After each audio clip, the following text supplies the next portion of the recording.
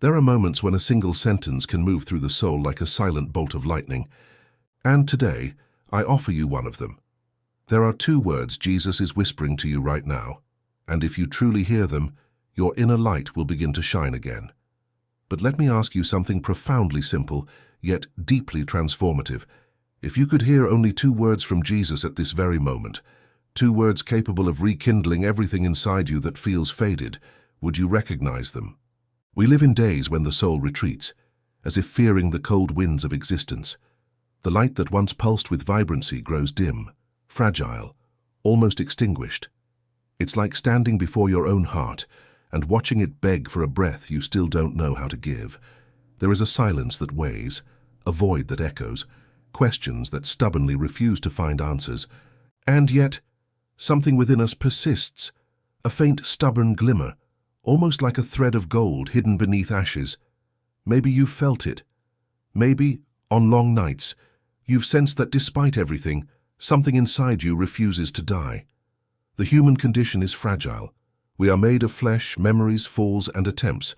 We walk through life tripping sometimes on our own exhaustion, and still we walk. Because deep within the chest, there is a call that never quiets, the call of light. And it's exactly in that intimate space between weakness and hope that the presence of Jesus becomes clearest. Not as rigid dogma, not as unreachable spiritual demands, but as a master of deep tenderness, capable of guiding with just a few simple words, so simple that most people miss them. Few understand that spiritual messages hide within everyday gestures, that silent teachings exist in pauses, delays, closed doors, and unexpected new beginnings. Few realize that the inner light doesn't extinguish, it only withdraws while waiting for the right moment to shine again. That's why today I invite you to stay here. Because throughout this video, I will reveal 2 words that are not merely words. They are keys. Keys that open the door to your return. Keys that reignite what seemed lost. Keys Jesus offers you not as a distant promise, but as a present, living guidance breathing within your own spirit. These 2 words will be explored deeply, unfolded, illuminated, contemplated, and when you truly understand them, something within you will shift, not by magic but by awakening. So let me ask you again, softly and with mystery, are you prepared to hear the words that can reignite your inner light right now? If so, take a deep breath, because the journey that begins here is not merely informative, it is spiritual. It is yours. There are days when the heart feels as though it carries an entire night inside it. Days when we wake with the sense that something in us has slowly dimmed, like a candle exposed to an unforgiving wind. The flame still exists, but flickers, trembles, almost begging not to be extinguished. And maybe you know this place, a space where sorrow blends with exhaustion, and exhaustion becomes doubt. Human pain is not just an event, it is a cycle. It comes in waves, sometimes gentle, sometimes violent. It can appear as silent emptiness, as a loss of purpose, as emotional fatigue that makes even breathing feel difficult. Sometimes it feels like we've forgotten who we were before the inner storm began to fall. And still, a spiritual truth cuts through all these shadows. The light never stops existing. It adapts, it withdraws, it hides, but it does not go out. The inner flame, as fragile as it seems, endures. It is not fragile because it breaks. It is fragile because it deserves care. The flame God placed within you is not a wild torch. It is a wise, sensitive light that responds to life's winds, but never fully surrenders to them. And Jesus always spoke of this light. The light shines in the darkness, and the darkness has not overcome it. It wasn't merely spiritual poetry. It was an exact description of the human soul. Our inner light is our elevated awareness, the spark that connects us to the divine, the memory of who we truly are. But why, then, do we sometimes feel so distant from ourselves? Why does the mirror stop reflecting the strength we once carried? The answer may lie in the fact that we confuse the feeling of darkness with the absence of light. We confuse silence with abandonment. We confuse pause with defeat. The human spirit tends to believe that if it's not shining brightly, then it has failed. But the inner light, the light Jesus protects, doesn't follow the logic of performance. It follows the logic of being, and being, by essence, never vanishes. There are moments when faith feels distant, almost inaudible. Moments when prayers turn into tired whispers and doubt becomes a constant visitor. And even then, something deep continues pulsing. The light may be covered, but it is alive. To understand this, imagine a story. There was a person who, after losing their way, believed they no longer had the strength to continue. Their days were grey, their nights sleepless, their heart suffocated by hopelessness. When they looked inside, they saw only shadows, and so they concluded their light had died. But one morning, as they wandered aimlessly, they felt a subtle warmth in their chest, gentle, barely noticeable, like a coal that still holds a red core even when cold. They realized something within had not given up. It wasn't physical strength. It wasn't motivation. It was simply life. The inner light was still there, silent, waiting for recognition. And perhaps that is the essential point. Light doesn't need to appear to exist. It only needs to be remembered. So I invite you to reflect with me. What if the darkness you feel is not the absence of light, but an invitation to see? What if Jesus has been trying to whisper 2 words to you for a long time, and all you need is to slow down enough to hear them? Because the truth is this: pain is not a punishment. Pain is a message. It is the deepest and sometimes the quietest form of transformation. It is not pain that destroys. It is our interpretation of pain. Jesus never promised there wouldn't be storms, but he promised there would be guidance, and the inner light, even trembling, remains that guidance. It does not abandon you. It waits. And know this: it doesn't matter what you've lived so far. It doesn't matter how heavy your heart has felt, how many tears silenced your faith, how many falls weakened your courage. The light is there, even if you can't see it, even if you doubt it, even if it feels too late. Human pain is real, profound, and valid, but it is also the perfect setting for spiritual rebirth. And when we begin to understand what Jesus truly meant about the light, something inside us becomes ready for revelation, because it is exactly when we recognize our own shadow that we become capable of understanding the value of the first word. And it is from that understanding that the answer your heart has long sought begins to rise. There was something unique about the way Jesus spoke. It wasn't just about teaching, it was about awakening. His words carried layers, as if each statement held a surface meaning, a hidden meaning, and an even deeper truth waiting to be revealed in the silence of the soul. He spoke little, but said everything. He didn't shout truths, he planted them, trusting each heart to bloom in its own time. And when we talk about inner light, we talk about this seed. Light is more than brightness. It is identity. It is purpose. It is awareness. And Jesus knew that. He knew that when the light weakens, it's not just our energy that fades. It's our perception of who we are. The person begins to doubt their strength, their worth, their ability to continue. That's why his teachings about light were always tied to a deeper calling, the call to return to oneself. The inner light is, at its core, the memory of the path, and it is here that the first word rises with the strength of an eternal whisper: remain. Not as a demand, not as a burden, but as a spiritual truth. Jesus repeated this teaching in so many ways. Remain in me. He said, not as someone who imposes, but as someone who offers shelter. Remain does not mean staying stuck. It means returning to center, returning to what sustains. Remaining is a state of awareness. It is knowing where your roots lie, even when your leaves tremble in the wind. It is keeping the soul steady when the world around you collapses into uncertainty. And that's why remaining is, above all, an act of profound spiritual maturity. But what does it mean to remain when life feels like a dark hallway with no exit? It means breathing when your mind wants to give up. It means holding your own hand when fear tries to speak louder. It means staying present even in silence, as if saying, I'm still here, even without answers. Remaining is the discipline of the soul. It is the ability to resist inner collapse, to not surrender to despair, to believe in the light even before it returns. Imagine an ancient tree. It has endured storms, droughts, cutting winds. Many times it lost all its leaves, but it remained, because its strength was not in what could be seen. It was in what was rooted. The same is true for the human being who learns to remain. Even when life strips away your adornments, there is something deep within that no one can take. Likewise, think of a candle flame.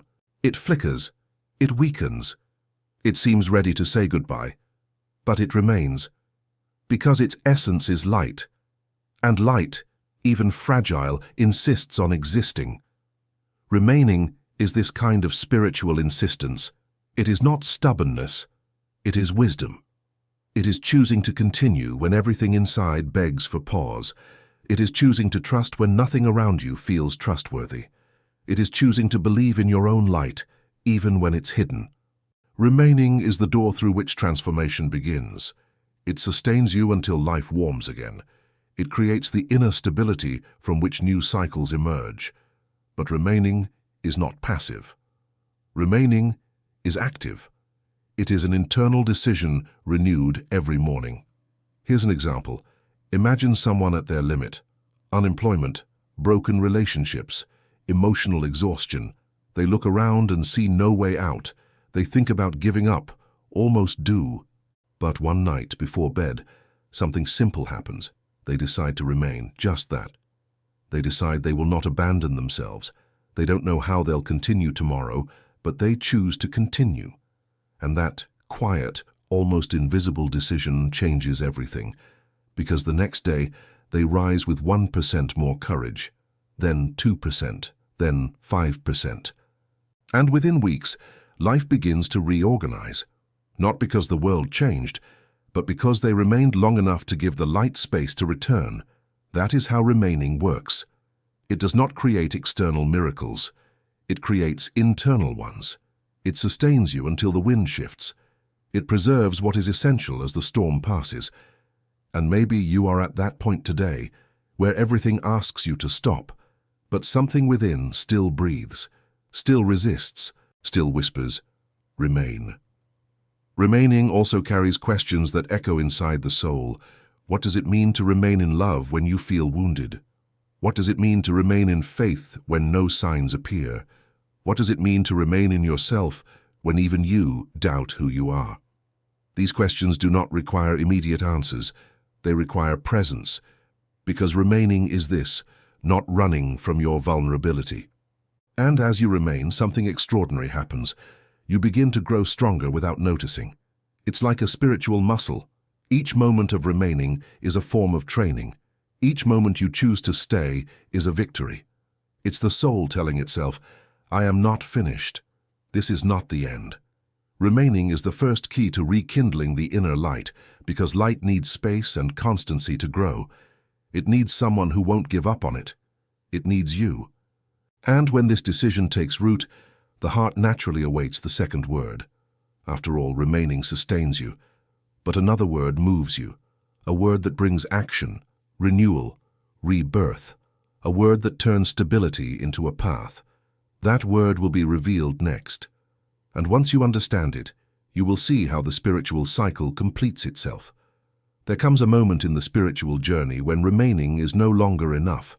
Remaining sustains, anchors, protects. But eventually, the soul, after being preserved, must rise. And it is in this exact moment that Jesus speaks the second word, a word that not only calls you, but lifts you. That word is rise. Simple, direct, powerful. Jesus spoke it to so many different people, to the paralyzed man waiting by the pool, to the girl believed to be dead, to the man collapsed at the roadside. Rise. Always with tenderness, yet with spiritual authority. As if he were saying, I have already illuminated your essence, now you must take the next step. To rise does not mean ignoring pain. It does not mean pretending nothing happened. It does not mean rushing past unfinished chapters. Rising is something else entirely. It is acknowledging the pain, but choosing not to dwell in it. It is accepting the night, but allowing your body, mind, and spirit to move toward the dawn. It is understanding that falling is part of the journey, but not its final destination. Rising is healing in motion.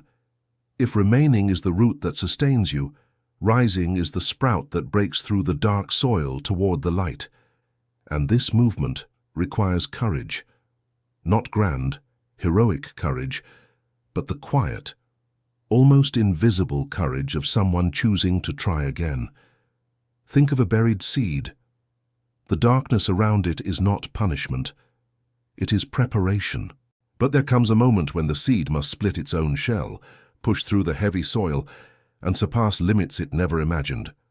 And as it rises, it does not just find the light, it discovers it was always destined for it. The same is true for someone who has lived too long bowed by life, by loss, fear, accumulated fatigue. One day, they see that remaining saved them, but remaining forever would imprison them. So they choose something small but sacred, to rise. They don't know what the day will bring. They don't know if the strength will last. They don't feel ready, but they rise anyway. And in doing so, something awakens, a quiet energy, a hesitant hope, a thin thread of purpose reborn. Rising is a spiritual gesture. It is as sacred as prayer, as meditation, as silence, because it is faith made visible. And Jesus knew this. He knew human beings need not only roots, but wings. We must learn to stand firm, and then learn to walk, learn to wait, and then learn to move, remain, and then rise. These two words do not compete. They complete each other. Remaining strengthens you inwardly. Rising transforms you outwardly.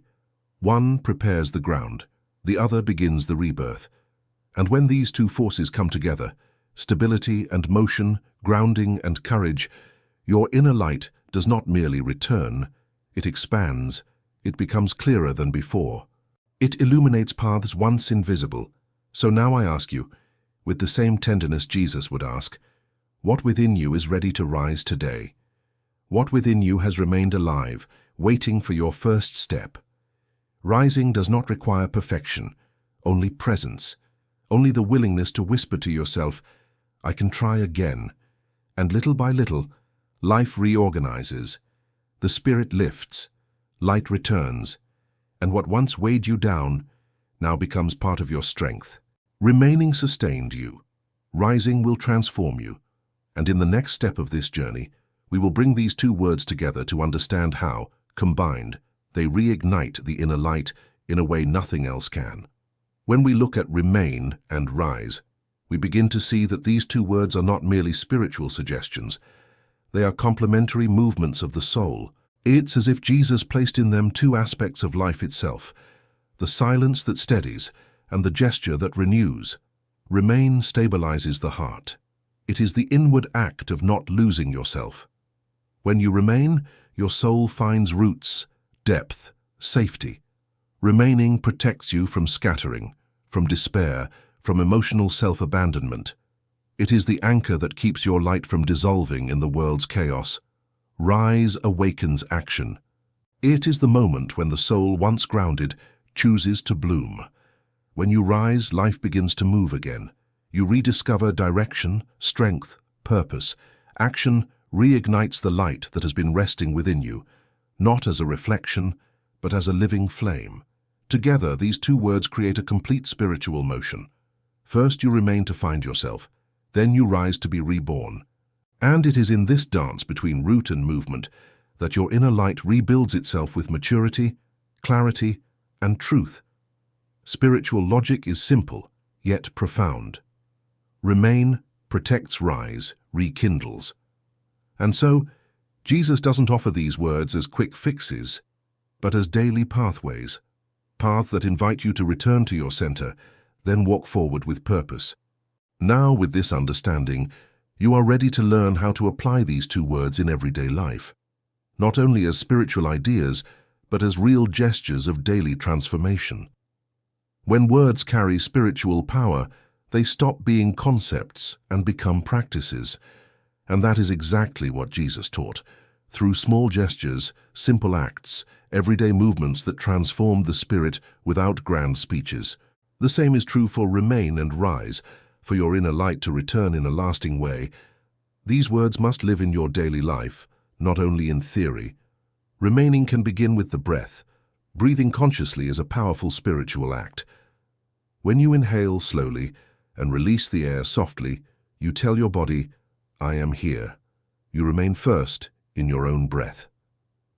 One deep breath in the morning is already a way of remaining with Jesus before the world asks too much of you. Here's another simple practice: small acts of courage. Courage doesn't need to be grand to be transformative. Sending that overdue message, making your bed, taking a step you've been avoiding, facing a difficult conversation, all of these are quiet ways of rising.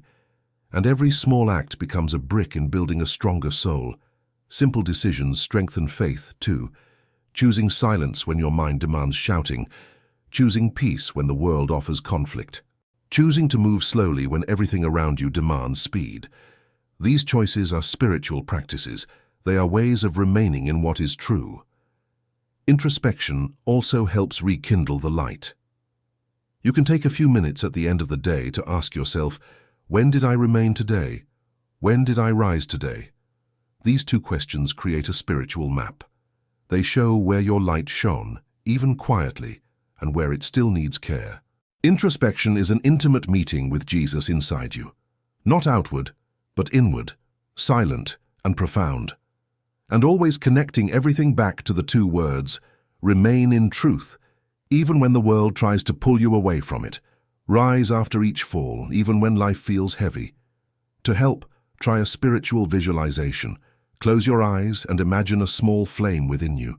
It glows softly with golden light. With every breath, it grows a little. When you say remain, the flame steadies, finds shape, gains firmness. When you say rise, it expands, illuminating further, warming parts of your soul that have grown cold. Use this image in moments of anxiety, sadness, or confusion. It will remind you the light is alive. And remember, inner light does not depend on outside circumstances. It is renewed from within. The more you practice remaining and rising, the more constant, wise, and mature your light becomes.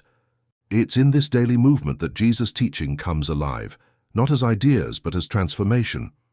Now that our journey has reached its resting point, perhaps you feel something subtle within you, a clarity not as bright earlier, not because of grand external revelations, but because two simple words found space to touch your spirit. And this is how Jesus works, with simplicity that transforms, with gentleness that awakens, with love that rekindles what seemed lost. Remain and rise. Repeat them inwardly for a moment. Feel the lightness they carry. Feel how they ask not for perfection, but for presence. Feel how they demand not strength, but honesty. These two words are spiritual pillars. One sustains, the other propels. One protects, the other guides. One embraces, the other invites you forward. And together, they create the path your inner light needs to rise again, not as accidental brightness, but as conscious rebirth. By remaining, you tell the world and yourself, I am here, I am not lost. By rising, you declare, I continue, I choose life. And this movement within the soul is stronger than any darkness. Jesus, with his timeless wisdom and compassion, continues offering these two words across generations, like a simple map for a profound journey. No matter where you are emotionally, no matter how heavy the burdens, no matter how many times you've fallen, you can always remain, and you can always rise. Your inner light doesn't depend on what you did yesterday. It depends on what you choose now. It depends on the quiet decision born within your heart. It depends on that calm faith that doesn't need to shout to be powerful. And when you apply these words sincerely, you will see your life, your challenges, and yourself with new eyes. Because in the end, remaining and rising are not just actions, they are your reunion with your own soul. So before we close, let these words settle inside you. May these words ignite within you the brilliance that never stopped existing. The light is here, it has always been, and now you have the path to rekindle it every single day. Remain, rise, and go in peace.